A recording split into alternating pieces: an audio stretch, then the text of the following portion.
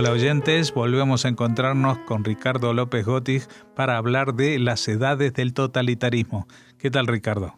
Hola, ¿qué tal, Jorge? ¿Cómo estás? Muy bien, pues ya saben que estamos en la posguerra de la Segunda Guerra Mundial.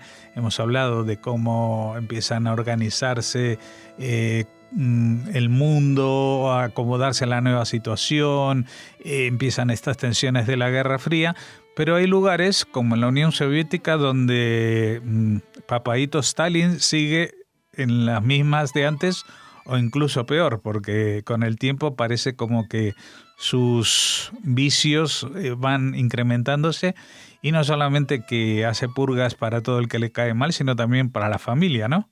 Exactamente. Algo muy recurrente de todos los regímenes totalitarios es el culto a la personalidad. Lo hemos visto con Hitler, con Mussolini, lo estamos viendo ahora con Stalin, que es mostrar al líder como alguien prácticamente sobrehumano. Sabe todo, puede hacer todo, no tiene defectos personales, la vida íntima casi no sabemos nada.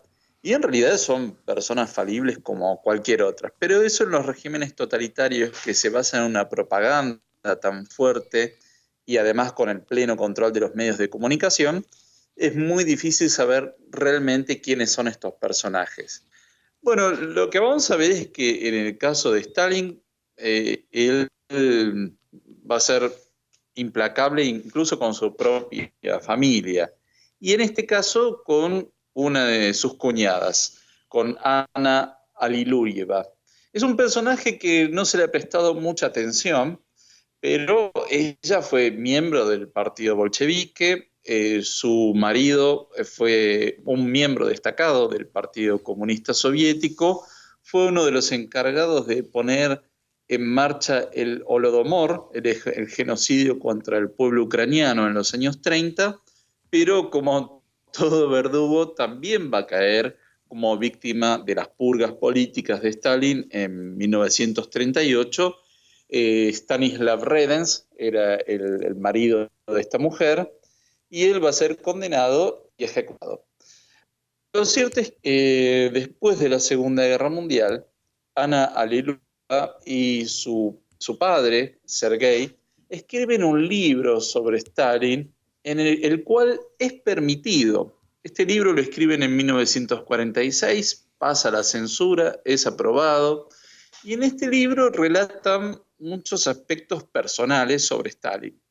Eh, a ver, anécdotas como que él una vez quedó dormido con la pipa e incendió la cama, las sábanas. Bueno, esto le puede pasar a cualquiera.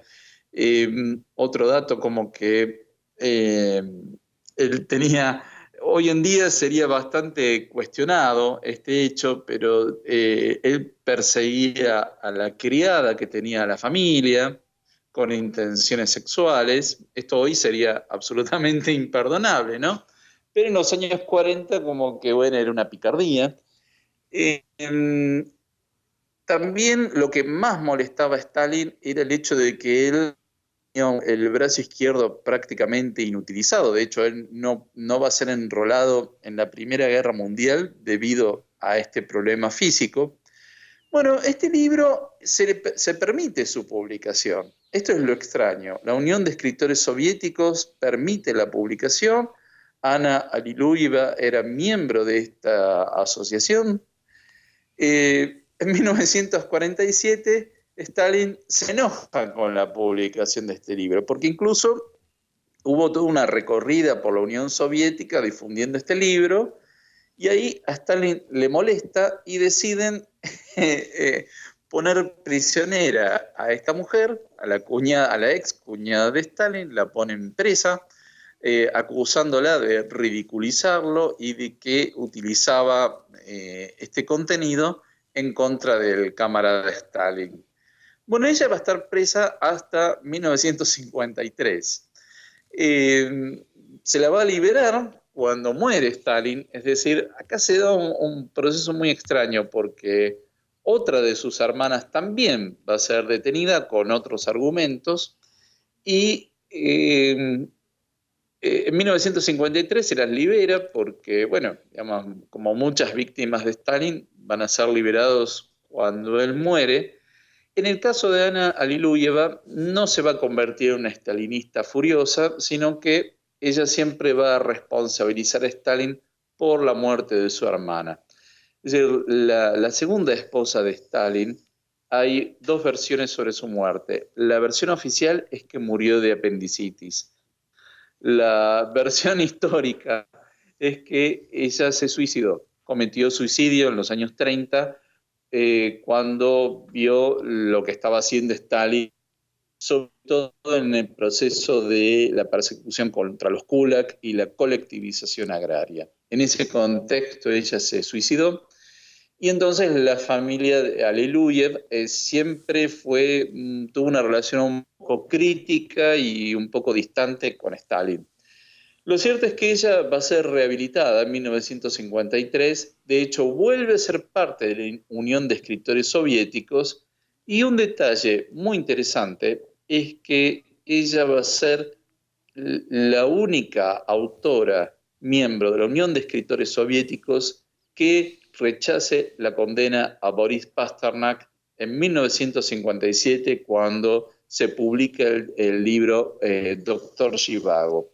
Es decir, que dentro de todo fue una persona que mantuvo su independencia de criterio, su pensamiento crítico, y luego va a emigrar, luego va a morir en 1964 siendo crítica con respecto al estalinismo.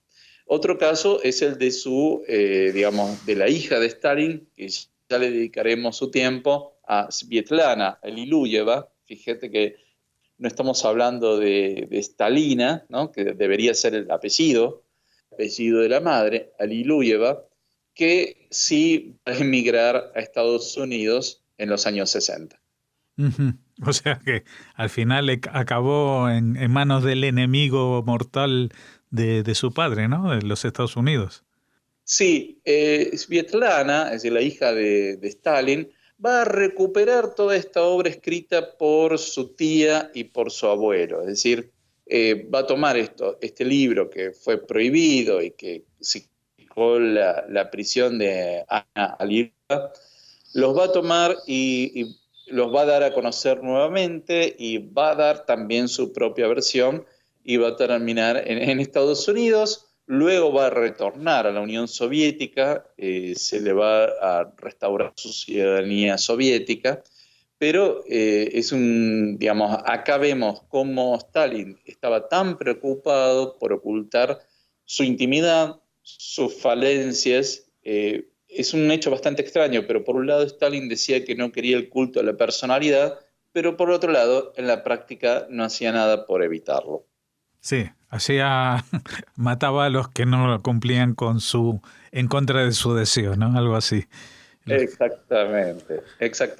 Bueno, para mí esta Ana Aliluyeva es todo un descubrimiento, y realmente te agradezco que nos hayas iluminado sobre estos pequeños personajes que no son tan pequeños en el contexto de sus propias vidas, y si descartamos la figura omnipresente de Stalin, era una persona que militó y que tuvo cargos de importancia, su marido, etcétera, etcétera, o sea que estaba muy arriba en el escalafón, y sin embargo, pues prácticamente desconocida.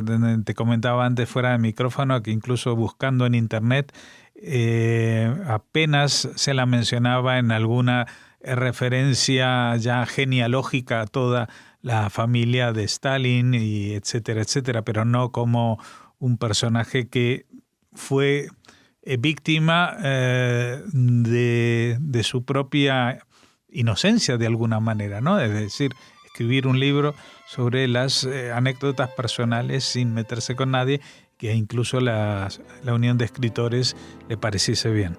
Pues te agradecemos este acercamiento a este elemento del totalitarismo que tú bien describías, del culto a la personalidad, y esperamos encontrarte la semana que viene. Nos vemos la semana que viene. Muchas gracias.